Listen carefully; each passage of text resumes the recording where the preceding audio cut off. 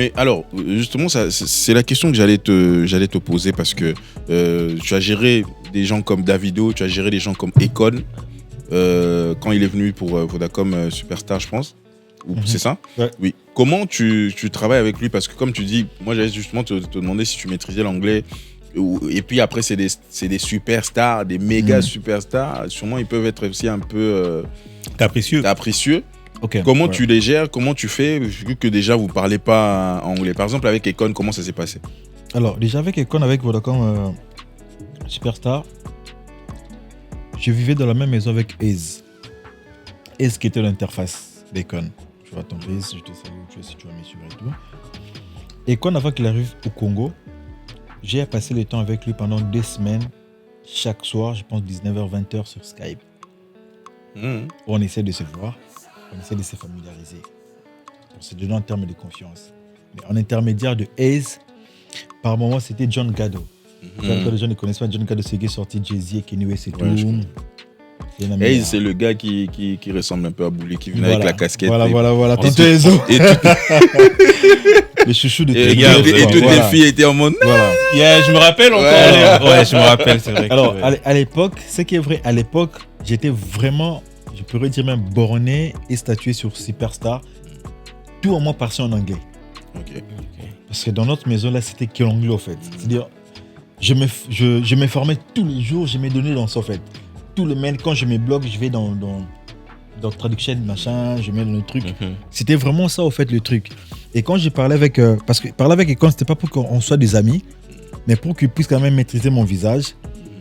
Parce que les artistes, on doit se les dire, ils ont leur côté où, dans leur sens qui sont.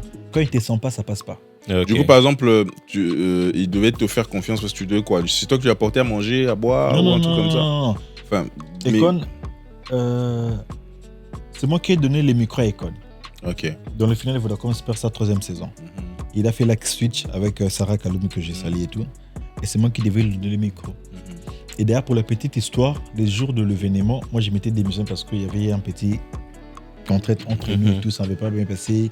Les amis de la prod, ils ont dit que j'étais arrivé en retard, ils ont créé un truc sur moi et tout.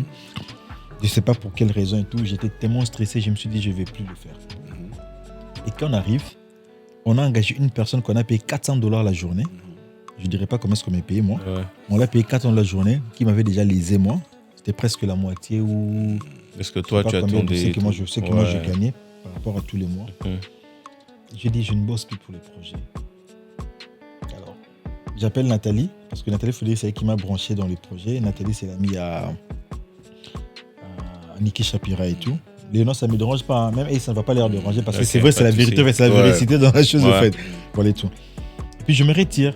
Je me dis non, Claver, ne fais pas ça et tout. Calme-toi, va en face et tout. Et quand on était là, il dit where is Claver? Il va me demander Claver est où, en fait? Il va me demander Claver est où? Il me dit dans le talkie, mais là, Mélanie qui dit mais Claver, mais qu'est-ce qui se passe? Prends les micros dans l'icône. Je dis mais attends, oh non, non mais vas-y. Et je te dis, quand j'ai pris les micros, j'ai ramené juste dans l'icône, il me dit mais Claver, parce que quand on discutait, moi à l'époque, je prenais en tant qu'accompagnant. Le matin, quand je prends du café, je prenais quand même un bord. Alors, un jour, Aze, Aya Zuver, on m'a dit, il dit, mais qu'est-ce que tu prends? Ouais, maintenant il dit à Akon, mais Claver is foolish. Mais il aura bien inscrit à café, en rigolant, en fait. Alors, quand Akon me dit, mais Claver, mais qu'est-ce qui se passe? Les gens maintenant qui boivent un esprit à café et tout. Donc, c'était un peu de l'ambiance du jeu de les micros, il est monté sur scène. Et dès là que j'ai compris que gérer un artiste, c'est pas un truc de la blague. Parce qu'il s'agit de sa vie, de sa notoriété et de sa personne. Quand tu ne fais pas confiance, tu ne gères pas.